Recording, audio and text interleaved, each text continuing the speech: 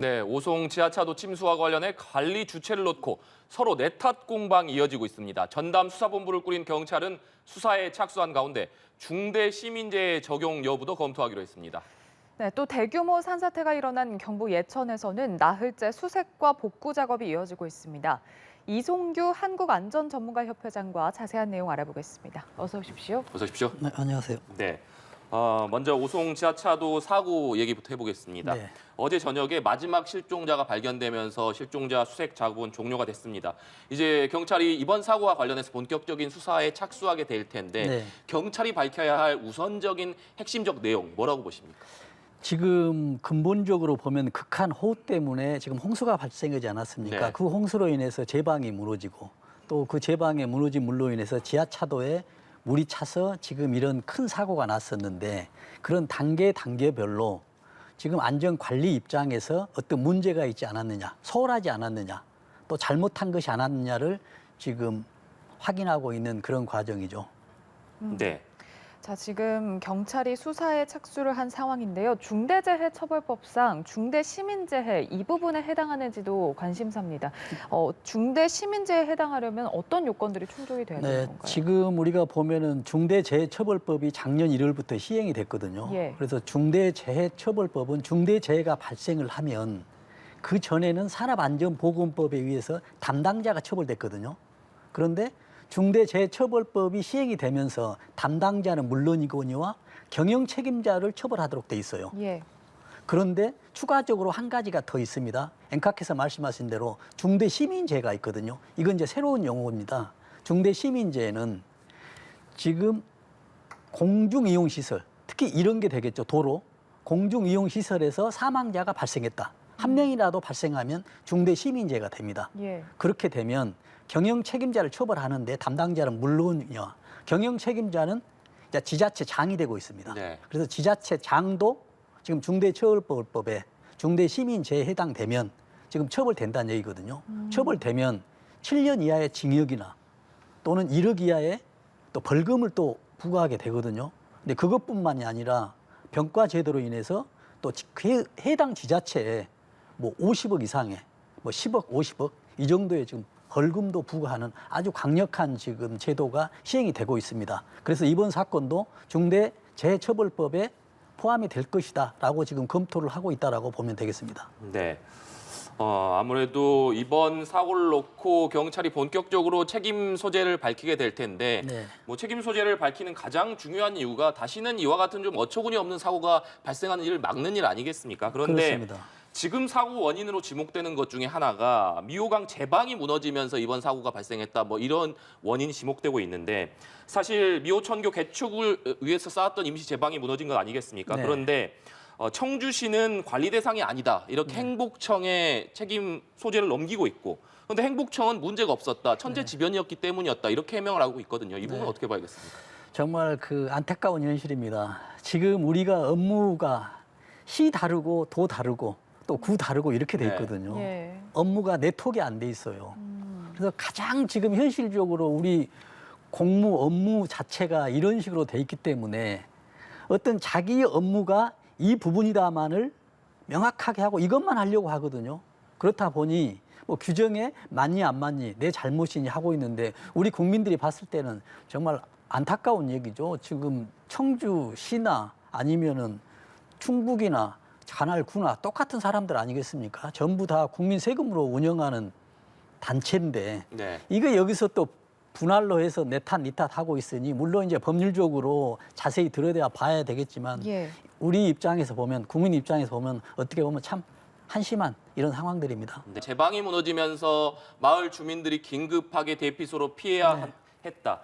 참 안타까운 일이 아닐 수가 없는데 사실 이번 집중호우로 인해서 하천 제방이 유실된 곳이 170여 곳에 달한다고 합니다.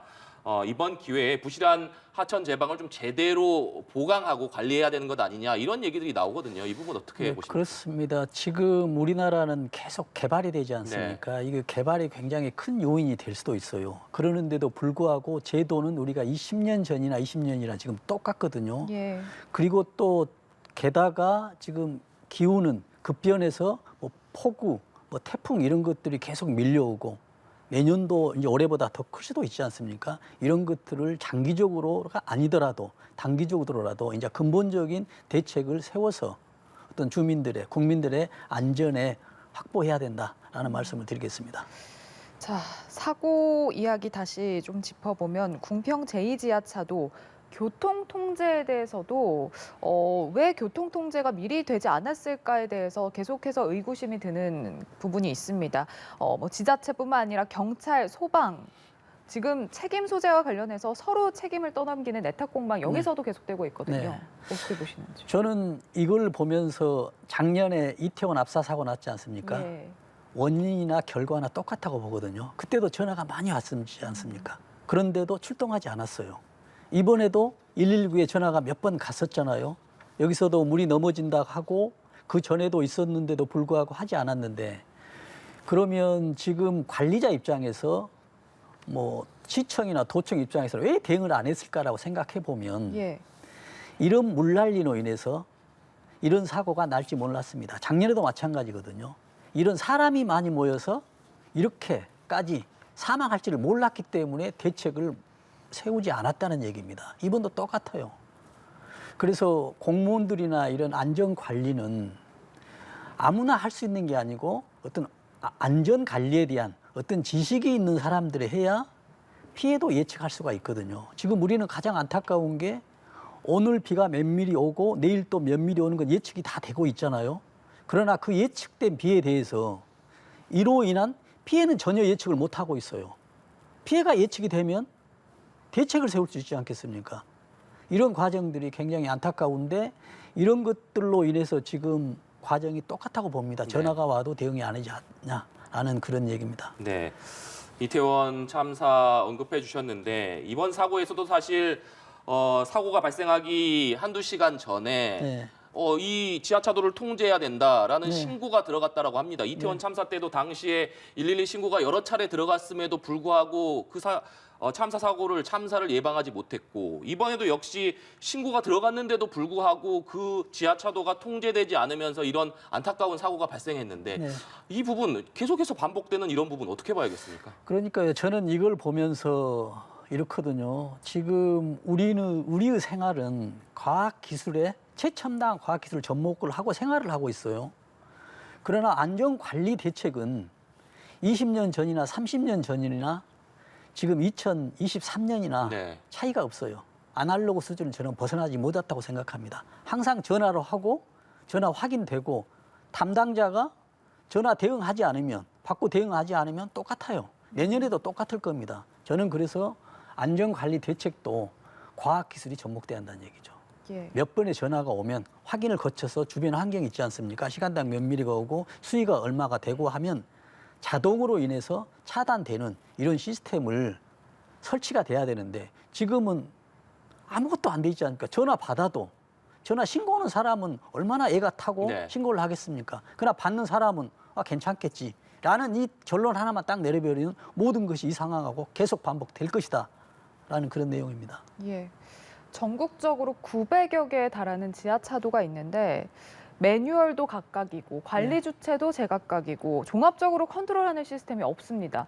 좀 전에 업무 간의 네트워크 연결이 안 돼 있다라고 하면서 안타깝다라고 네. 하셨는데 자, 이런 부분 대책 수립에 있어서 좀 공동 대응이 필요하지 않겠습니까? 당연하죠. 이제 아마 지하차도에 관련한 특별법을 제정이라도 해야 되지 않을까라는 생각이 듭니다. 왜냐하면 그 전에 우리가 한 10년 전만 하더라도 지하차도의 의미가 그거거든요. 교차로가 있는데 교차로 신호등 안 받고 바로 지나가자는 얘기거든요. 근데 그 전에는 차량도 별로 없었기 때문에 신호등이 있어도 별로 문제가 교통 통제가 교통 정체도 되지 않았어요. 그러나 지금 이제 차량도 많기 때문에 경제도 활성화돼서 뭐 신호등 없이 바로 지나가는 거잖아요. 그렇기 때문에 최근에 한 10년 내외에 지하차도가 굉장히 많이 건설이 돼 있어요. 또 길게 돼 있고요. 앞으로도 계획이 굉장히 많습니다. 지금 강남 같은 경우도 대로에 지금 전부 다 터널로 지금 구축한다라는 계획이 서 있습니다. 그러나 이런 계획이 거창하지만 그에 비해서 안전에 관련된 안전 대책은 너무나 미흡하다. 라고 말씀드리겠습니다. 네, 말씀하신 대로 서울 같은 경우에도 주요 간선도로 그러니까 서부 간선도로 같은 경우에는 이미 지하화됐고 네. 뭐 말씀하신 대로 많은 지하차도가 있는데 앞으로 현재와 같은 기후 변화 때문에 얼마나 많은 비가 쏟아질지 예상할 수가 없는 상황이고 네. 또 이와 같은 일이 반복될 수 있기 때문에 네. 전체적인 그런 지하도라든가 지하차도 건설에 대한 생각도 좀 바꿀 필요가 있다 이런 말씀을 이해하면 되겠습니까? 그렇습니다. 완전히 이제 제로 베이스에서 써야 됩니다. 왜냐하면 더더군다나 개발이 돼서 주변이 개발이 되면 인공적으로 침수나 범람이 안 할 수밖에 네. 없거든요. 자연 범람을 떠나서더라도요. 그런데 더더욱이나 지금 지구 온난화로 인해서 계속 태평양은 뜨거워지면서 구름 형성돼서 한반도를 지금 강타하다시피 하고 있는데 대책은 너무도 미약하다 그 내용입니다. 예. 자, 이번 지하차도 침수 사고 이후에 많은 운전자분들이 비 올 때 특히 폭우가 내릴 때 지하차도 진입할 때 좀 불안함을 느끼실 것 같은데 좀 다시 한번 대처 요령 짚어주신다면요. 네, 지금 지하차도 같은 경우에 물이 차면은 정말 굉장히 위험한데 우리가 보통 이제 뭐 타이어 물높이로 이야기하거든요. 그러나 우리가 물이 찼을 때 평지에 대처하는 거와 지하차도 대처하는 건 다르거든요. 예. 왜냐하면 지하차도는 규정상 4.5m 이상으로 만들도록 돼 있거든요. 그래서 중심부는 이보다 훨씬 더 높을 겁니다. 그러면 중심부부터 이제 물이 쌓이거든요. 근데 이 물이 쌓이는 거를 입구에서는 전혀 알 수가 없어요. 지금 거리가 얼마냐면 680m입니다. 근데 완전히 터널로 돼 있는 거는 약 438m인가 된다 하더라고요. 근데 제가 이제 그 포털 사이트에서 지도를 한번 봐봤어요. 거리 뷰로 보니 지금 터널에 있는 430m 위에는 약 120m 정도가 오픈돼 있어요. 네. 경사가 돼 있잖아요. 근데 육안으로는 경사가 확인이 너무 어렵습니다.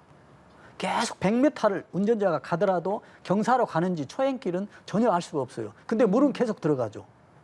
그러는데 지금 타이어에 물이 얼마가 쌓였느냐가 중요한 게 아니라 터널에 들어갔을 때는 앞부분에 시각적으로 물이 쌓여 있는 부분이 보였다라고 한다면 이미 가면 안 됩니다.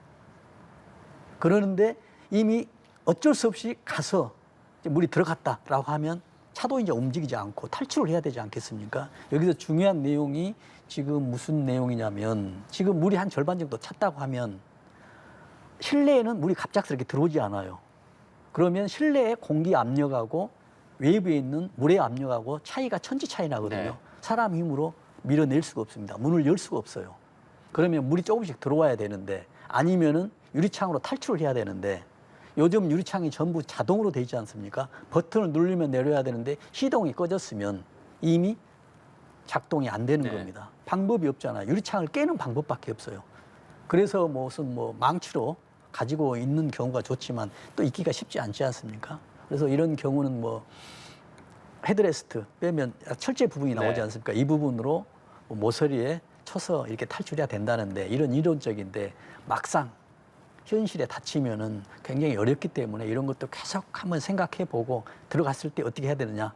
그래서 미리 대처를 해야 되는 방법밖에 없습니다. 특히 안에 노약자나 어린이가 있었을 경우에는 정말 참담하는 상황이 되기 때문에 꼭 지하차도는 주의를 하고요. 지하차도뿐만이 아니라 차를 가지고 지하로 들어가는 지하 주차장도 여러 가지가 우리가 생각해 볼 수가 있거든요. 네. 이런 것들은 꼭 운전자께서 우리 국민 모두가 안전을 하도록 해야 됩니다. 지금 제도상으로는 아니면은 정부나 국가를 믿었을 수 있는 상황이 안 되고 있잖아요. 우리 생명은 내가 지켜야 된다라는 이런 단순 논리가 지금 적용되는 지금 상황입니다. 네.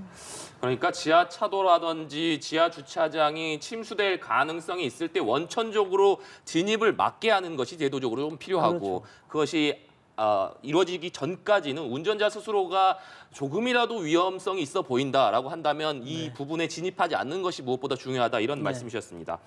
산사태 얘기도 해보겠습니다. 경북 예천에서 정말 산사태 피해가 컸습니다. 네.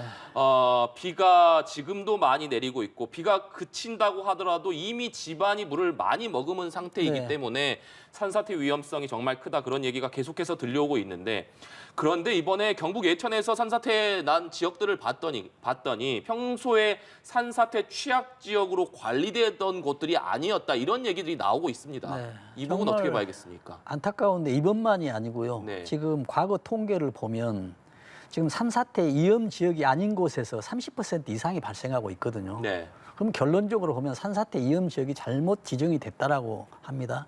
지금 산림청에서 산사태 위험 지도 안에 산사태 위험 지역이 포함되어 있어요. 그래서 내가 살고 있는 지역이 산사태 위험 지역인지 아닌지를 알 수가 있는데 예. 물론 이 산사태 위험 지도를 만들었을 때 여러 가지 요인들을 사용했다라고 봅니다. 그러나 미진한 부분이 있었기 때문에 네. 지금 나지 않습니까? 그래서 원천적으로 이 지도를 만드는 게 중요한 게 아니고 이 지도의 내용이 얼마나 중요한가가 아주 그 가장 큰 관건이지 않겠습니까? 그 전에는 산사태 위험 지도가 없었는데 얼마 전부터 만들어졌어요.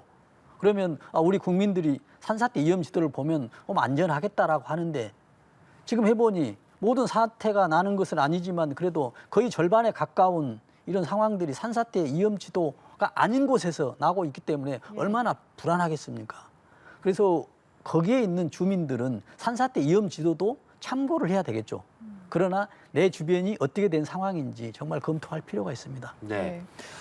말씀해 주신 대로 산사태 취약 지역이 아닌 곳에서 산사태가 벌어지고 있기 때문에 사실 그동안은 산사태 취약 지역이 아니었기 때문에 조금은 안심하고 계셨던 주민들께서도 네. 이제는 쉽게 마음을 놓을 수 없는 네. 그런 상황이 됐다라고 할 수 있을 것 같은데 그렇다면 지금까지와 달리 산사태에 대비하는 어떤 주민들에 대한 대비책 이것도 좀 달라져야 되지 않느냐 이런 얘기가 나옵니다. 그렇죠. 네. 그러면 이제 산사태가 내가 살고 있는 집 주변에 산사태가 나는 것을 어떻게 확인하느냐 하면 가장 좀 쉽게 하면 이렇거든요. 이제 서울의 산을 얘기하면 네. 서울에 우면산 있고 관악산 있지 않습니까? 관악산은 산사태가 나기가 쉽지 않습니다. 왜냐하면 큰 바위로 돼 있기 때문에요.